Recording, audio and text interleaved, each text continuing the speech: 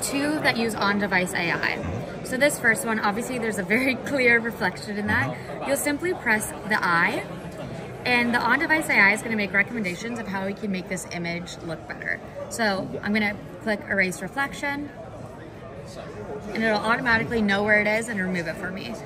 Really nice thing to show how much it makes a change, or even if you just want to decide whether you want to keep that change, is you can really easily toggle back and forth like that. Similarly, you can do that with shadows. Same idea, you'll press this eye, it'll make a recommendation of all these changes.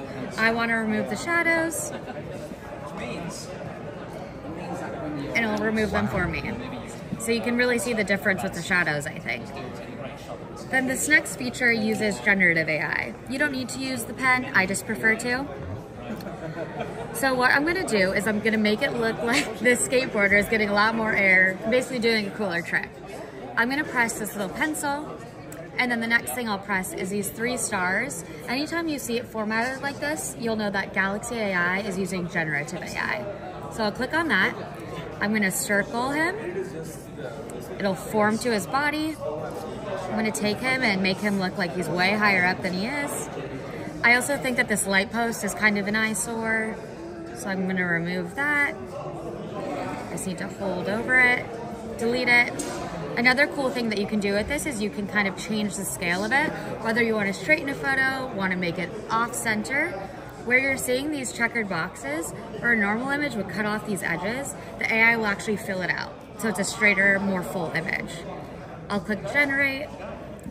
One thing to note, this does take a little bit longer processing time than the on-device AI, just because so much data is being sent to the cloud.